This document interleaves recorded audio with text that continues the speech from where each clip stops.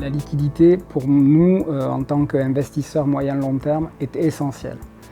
Et si je dois aller plus loin, je vais me mettre humblement à la place des locataires que nous accompagnons dans les immeubles que nous détenons, parce que tout simplement, les locataires, c'est la pérennité des flux locatifs pour nos investisseurs.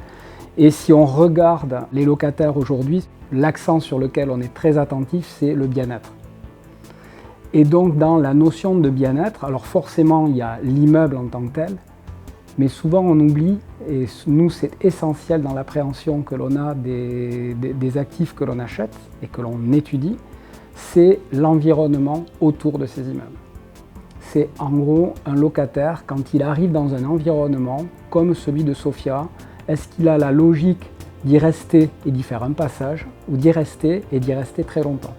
Et quand on voit la technopole, comment elle est développée, quand on voit les cadres de vie que vous proposez, que ce soit au niveau des transports en commun, au niveau des services, quand on voit le niveau de végétalisation qu'il peut y avoir dans la technopole, on a l'impression, en fait, d'aller au bureau tout en restant chez soi. Et je pense que pour les générations, et notamment les générations futures, ce sont des critères qui sont essentiels pour pouvoir continuer, en tous les cas, à capter les talents pour les entreprises et surtout à maintenir aussi ceux qui y sont déjà. Donc, Sofia, pour nous, est une technopole très spécifique par sa particularité géographique et vous avez su en faire une réelle attractivité pour les entreprises, les chercheurs, les étudiants qui y vivent au quotidien. Comme vous l'avez dit, Sofia Antipolis, qui a bientôt 60 ans, a 90% d'espace vert sur les 2400 hectares qui la composent. Ça, c'est une réalité historique qui date de la façon dont l'aménagement au sein de la technopole a été créé.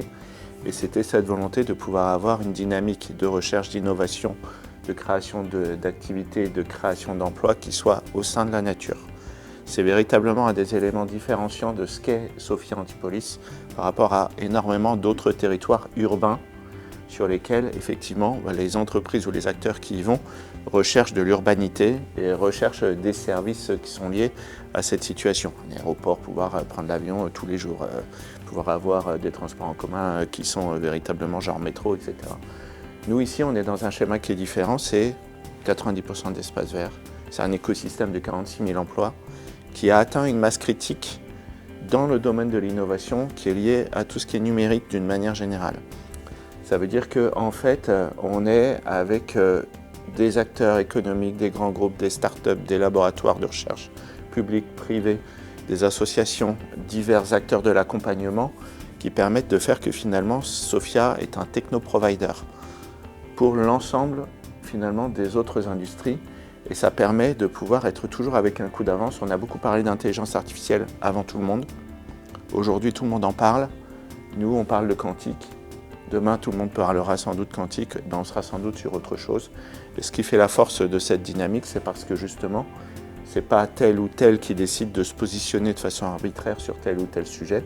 C'est parce qu'en fait, ce sont tous les chercheurs, toutes les personnes qui sont amenées à travailler ensemble, à innover, à échanger, à partager, qui finalement essayent d'être toujours avec des coups d'avance.